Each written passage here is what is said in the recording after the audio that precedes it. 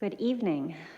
Let me add my thanks to Cardinal Turkson and Sister Alford and Professor Gonzalez for inviting me to participate in this gathering, highlighted especially by yesterday's visit to Fossa Nova, which I think none of us will ever forget, and also a thanks to Gabriella for shepherding us all so well over these few days. It has been a long, rich 2 days, so I appreciate your patience with one more talk. I was invited to explore the challenges for family law in the contemporary cultural context in light of Thomistic thought. Speaking as an American law professor, my examples are drawn from American law, although I believe the challenges presented are ones posed by our shared contemporary cultural context. Also, as a legal scholar, not a philosopher, and in light of the problems of fragmentation which have been mentioned, I am grateful to learn from all of you, philosophers, theologians, and social scientists. So, although contemporary family law is full of many challenges, this paper explores the particular question of parental rights. Others have offered similar disclaimers. My remarks are necessarily abbreviated, et cetera, et cetera. So, nearly a century ago, the United States Supreme Court referred to parental rights as the oldest of the fundamental liberty interests recognized by this court. And repeatedly, the High Court has affirmed this, stating that, quote, the child is not the mere creature of the state. Rather, those who nurture him and direct his destiny have the right, coupled with the high duty, to recognize and prepare him for additional obligations. Though this legal formulation is relatively unchallenged nearly 100 years later, one need only scan the day's headlines to know that parental rights are in fact constantly contested. Parents are pitted against the state and against their children in battles about bathrooms, books, curricula, vaccines, gender transitions, and so on. There are numerous contexts today in which the natural right of parents, the good of children, and the legitimate interests of the state intersect and potentially collide. But even more fundamentally, and particularly at variance with Thomistic thought, is the fact that contemporary American law, I suggest, is in the process of rejecting that there is a normative natural order of family relations, such as parent and child, which the state, through law, must respect and protect. So it's not just that the law getting it wrong, right? It's that it doesn't even recognize that there is such a thing as the family. So just first laying out a few basic principles which can inform us about parental authority and law. All of this I know is very familiar to you. This is an inadequate sketch. But for Aquinas, marriage and family belong first to the natural order. Its forms and ends are instituted by nature.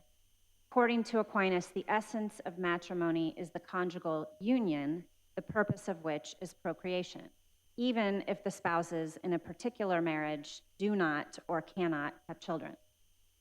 And procreation is not limited to the generation of biological offspring, but also includes their upbringing and education, thus requiring conjugal fidelity and indissolubility. According to Aquinas, offspring signifies not only the begetting of children, but also their education, to which, as its end, is directed the entire communion of works that exists between man and wife as united in marriage. That was quote. So for Aquinas, the child is by nature under the care of his parent. In the Secunda Secundae, he explains the nature of parental authority thus: a child, quote, is not distinct from its parents as to its body, so long as it is enfolded within its mother's womb, and later, after birth and before it has the use of its free will, it is enfolded in the care of its parents, which is like a spiritual womb. This is the source of my title, Enfolded in Care. The authority of a parent is not that of a tyrant imposing pure will. Rather, the parent's authority is ordered toward the good of the child, which is first the care of the child's body, and then, before the child has use of its own free will, the education of the child's own reason to recognize the good and the habituation of his will to choose it. Those of you who have toddlers or children know exactly what I'm talking about. Thus, parental authority may properly be expressed as a great obligation. In light of Thomistic thought, then, marriage cannot be reduced to a mere legal construct or contract, or as is now embodied in American law, a mere companionate relationship, albeit one that at least still is acknowledged to play an important civic role. Although matrimony requires the consent of the spouses, when the status of marriage arises, it is not the same thing as a mere contract, nor is it a dissoluble collection of individual persons. Nor is parenthood merely a biological relationship or a pragmatic child-rearing framework of rights and obligations instituted by the state, necessary because of the child's inability to care for himself, or expedient to locate in the first place in the household. Such views are reductive abstractions from the full human reality of both marriage and parenthood. So instead, we can think of the couple's exchange of mutual consent or the biological connection between parent and child as the building blocks of the richer, deeper human reality, the unity of order of the family.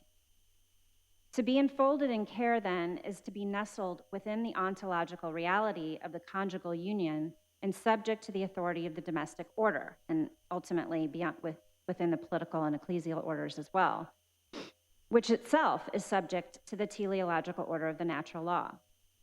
To be enfolded in care is thus to be part of a real, integral, and indissoluble whole that is ontologically far richer and more profound than a simple grouping of individuals who interact through the happenstance of genetic relations or through chosen and dissolvable acts, and whose goods are only expressed as individual rights, often in conflict with one another. Cardinal Turkson was kind enough to give me this book, and I was happy to see that this Van Gogh painting is one I actually often use to depict what it means for a child to be enfolded in care. In contemporary discourse, as we are more and more disconnected from this deeper reality, we are left only to speak of parental rights, such as when the church affirms the essential and inalienable right of parents to direct their child's education. Of course, this is true and important to both expect parents to fulfill their obligation and to defend their freedom in law to do so. And yet, we've already spoken about the impoverished language of rights, and you sort of get a glimpse of it here by comparing these two ways of speaking about the parent-child relationship. Parental rights, which risks reducing everything to a binary struggle between the state and the individual, or worse, between the parent and the child, or to be enfolded in care. What is the relation of human law to the givenness of this domestic order? And here I note 3 points, and in the interest of time, I'm not going to include many of my quotations.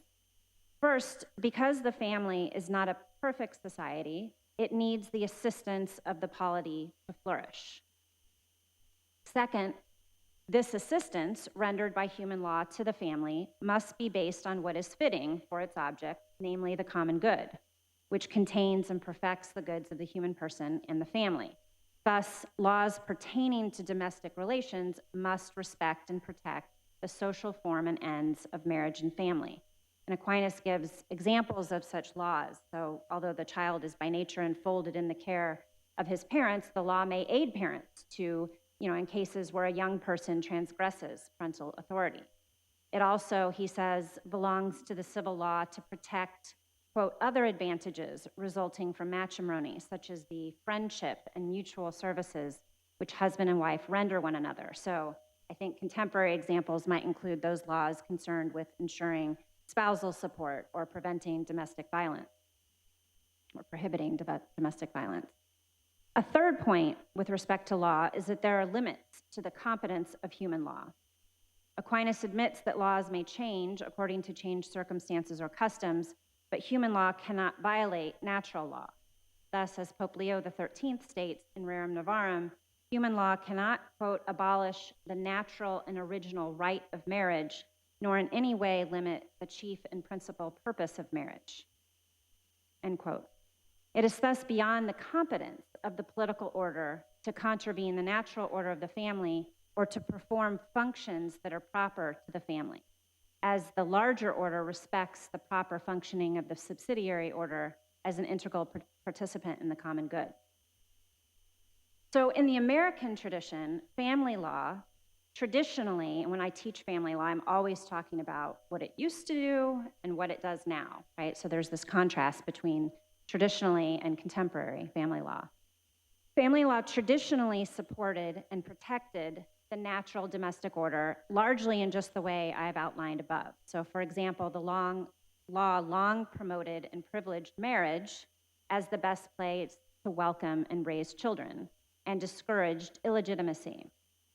The law provided both regulations for entry into marriage and to protect and preserve it. It respected its indissolubility, allowing dissolution in only very limited circumstances, and so on. In my longer paper, I give many more examples of the congruence between the natural order and traditional family law.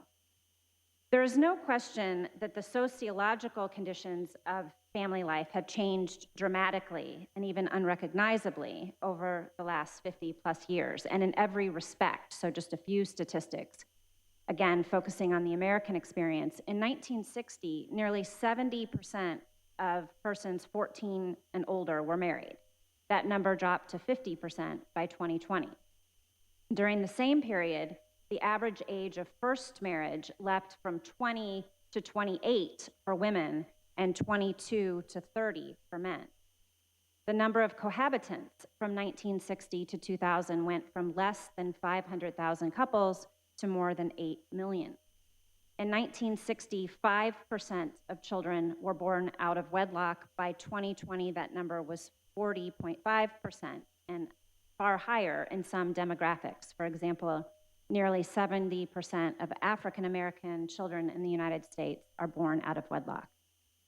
In 1960, there were approximately 8,000 legal abortions. By 2020, there were nearly 1 million.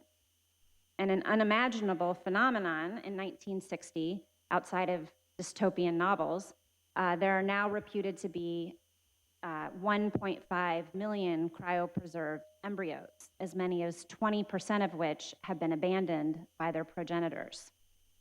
And in each of these sociological or cultural devolutions, the state has both failed to protect the family and exceeded its competence by enacting laws which deny or contravene both the nature of the human person and the natural order of the family. Through adoption of no-fault divorce in all 50 states, same-sex marriage, the recognition of legal rights for cohabitants, the nascent but growing movement for legal recognition of polyamorous relationships, and so on, the state denies the natural order of marriage based on the indissoluble union of a man and a woman. Through legal recognition of contraception, abortion, and reproductive technologies, the state denies the necessary and intrinsic connection between union and procreation. And through its recognition and support of reproductive technologies, especially those involving donor gamete and surrogacy, the state denies that marriage is the social reality in which procreation ought to occur and in which children ought to be enfolded in care. And so I want to elaborate one example of this disconnect between the natural order of the family and contemporary law, which is, in order to exercise parental rights, one must in fact be a parent. And so, that is, the law ought to recognize and support the natural and extra political authority of those particular persons who by nature are uniquely charged with providing for the care and upbringing of children. So determinations of parentage traditionally followed the natural conjugal order. It need hardly be stated that traditionally the answer to the question, who is your mother, was answered by reference to the fact of asking who gave birth to you. In the English and American tradition, legal tradition, the question, who is my father, was answered by reference to marriage. So we could say that motherhood was determined by nature, but because fatherhood is not evident from nature in just the same way, it was socially constructed through his relationship with the child's mother, but to be sure, socially constructed within the context of the natural reality of the conjugal family. So matrimony was understood to be good for civil society in part because it served to bind men to women and their children. So the common law had a strong legal preference for legitimacy, which protected children born to a valid marriage.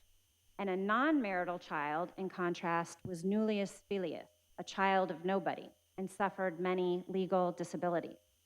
And the preference for marriage and legitimacy found expression in law in the marital presumption of legitimacy. That is, a way of determining parentage through a presumption that a child born to a married woman was the child of her husband. And the presumption was so strong in law that it was deliberately blind to the possibility that the marital child was not, in fact, the husband's biological child.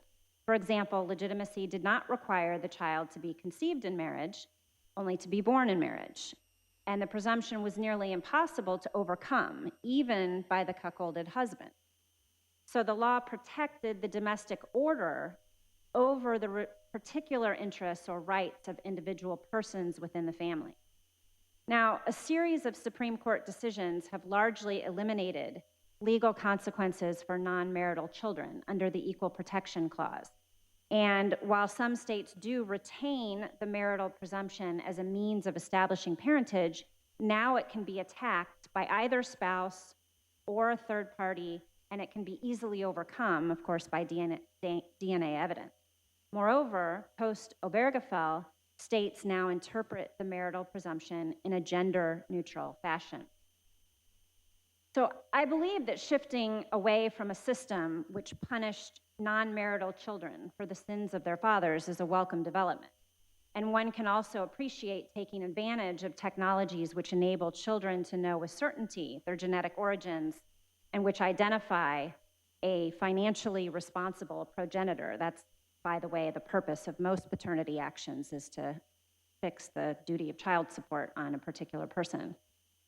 Family law scholar John Whitty Jr. says that these shifts should not undercut the core logic of the traditional philosophical argument about the nature, value, and utility of the marital family. The point, he says, of confining sex and full legal parenthood to marriage was not merely to ensure paternal certainty, but to ensure that a man could and would invest in the care of his child along with the mother, ideally in a stable marital household where the child would flourish best. And paternity laws, in combination with child support obligations, arguably serve many of those same purposes. And yet, in the wake of these legal changes, undermining the marital family is precisely what has happened. And it's made especially pressing in determining parentage in the context of reproductive technologies, the use of which can involve 5 or more potential candidates for parenthood. New modes of determining parentage instrumentalize the roles of parenthood, or they reduce them to biology or functions of care or child support, but shorn of their ontological reality. So removing marriage as the institution that makes parenthood coherent had devastating effects for both marriage and parenthood. As Justice Alito put it in his dissent in Obergefell, if the traditional understanding of the purpose of marriage does not ring true to all ears today, that is probably because the tie between marriage and procreation has frayed. Referring to the number of children born out of wedlock, he says, this development undoubtedly is both a cause and a result of changes in our society's understanding of marriage. The consequence for parenthood is that, like marriage, it is no longer rooted in a given natural order, but is now, from a legal standpoint, simply whatever the state says it is. Adoption, that is the formation of a family through positive law, is now used as the norm rather than an exception modeled on the normative family. And again, this is highlighted most clearly in light of artificial reproductive technologies. There's little statutory law in the United States governing reproductive technologies. It's often called the Wild West of law. And so courts are left to fashion their own frameworks to determine parentage.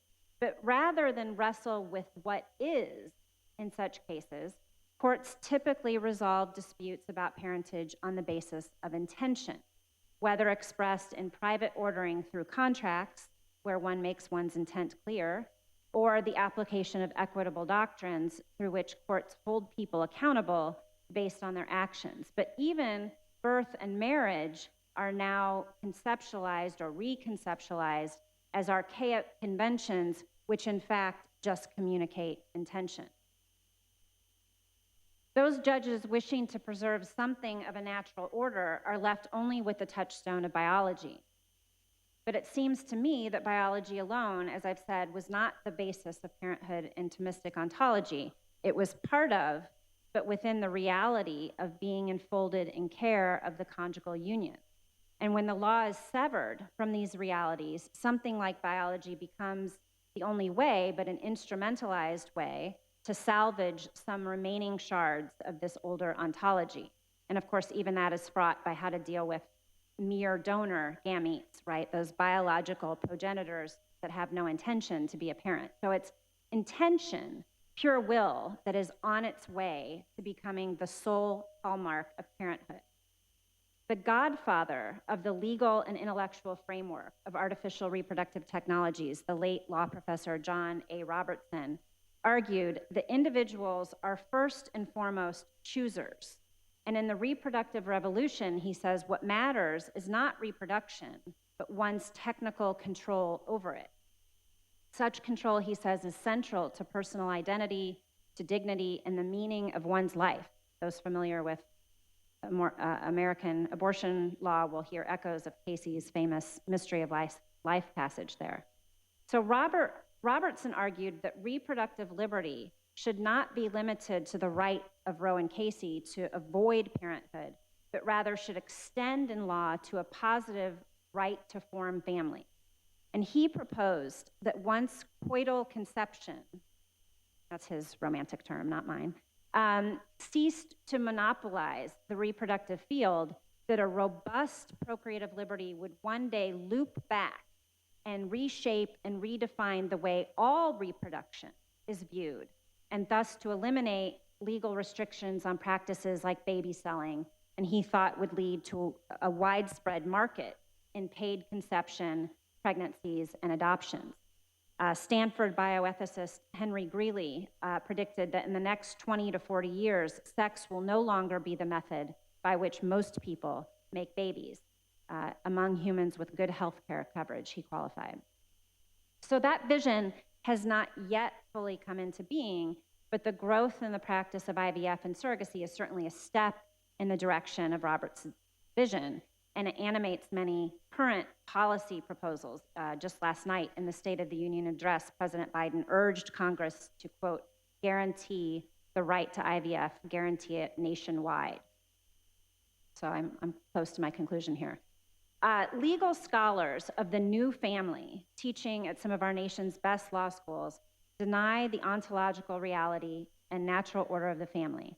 Indeed, they call forthrightly for the abolition of the natural family. What matters is facilitating through law the desires, the intentions of intending parents. Douglas Najim, professor at Yale Law School, summarized the evolution of family law and parentage thus, quote, in initially defining parentage through marriage, the common law embedded parenthood within a gender hierarchical heterosexual order. Eventually, courts and legislatures repudiated the common law regime and protected biological parent-child relationships formed outside of marriage. While this effort to derive parental recognition from biological connection was animated by egalitarian impulses, it too operated within a gender-differentiated heterosexual paradigm. Today, the law increasingly accommodates families formed through reproductive technologies, and in doing so, recognizes parents on not only biological, but also social grounds. So to conclude, again, kind of putting aside concerns about rights language per se, it seems that we cannot rely on rights to do all the work of preserving law's slipping hold on reality when human law now denies all of the substantive good of the normative natural family that made sense of those rights and ordered their exercise. What can be done in such a time? A robust Thomistic realism cannot ignore naively the world as it really is, but neither can it refrain from pointing out its errors. I think a certain libertarian impulse has appeal, as one American politician put it in classic American fashion, "I don't want my guns or my marriage registered in Washington." But of course, Aquinas acknowledges that human law cannot and should not attempt to cover the entire field of virtue and vice. And we can think of the roles of such influences as prophetic witnesses like Wilberforce, or as I experience with my children or with my students, the role of literature and the arts in forming the imagination. Those things cannot be underestimated, but as a lawyer, I would say the precipitous decline of the law and culture and their bilateral cause and effect demonstrate how utterly misplaced is the impulse to separate law from private family life. The law is a teacher. For example, when the Civil Rights Act of 1964 forbade racial discrimination in public accommodations like restaurants, it began a quiet revolution, not just in public practice, but also in public attitude toward racial injustice. So those of us called to labor in the vineyard of the law must continually try to recover this relationship between civil law and moral law. And here I think the social sciences are necessary to preserving law's grasp on reality and to identifying fresh ways of describing reality that correspond to human experience. Indeed, as I take it, this is the goal of the social sciences, right? To identify and to describe and to analyze the social nature of the human person. And in my work with legislators, to Sister Alfred's earlier point on empirical data, often economic data or sociological impact research is the only persuasive policy-making tool. Lawmakers want to be convinced that some policy will work, right? In the United States, I think in particular of the important work being done to promote marriage through the success sequence, which links certain life choices to economic flourishing. And that sort of evidence can be very powerful for directing, one's freedom and for crafting policies that encourage compliance with that sort of data. But even there, without a teleology or a relational framework, social science data itself can be manipulated for partisan purposes or can fail to direct us to the authentic common good. So we must resist instrumentalizing social science or even the features of natural law shorn of their ontological richness. Rather, the disciplines together must seek ways to communicate the truths of the human person and of marriage and of the family in a way that is winsome and appealing, yet still in connection with our most enduring traditions and with the truest realities. Thank you.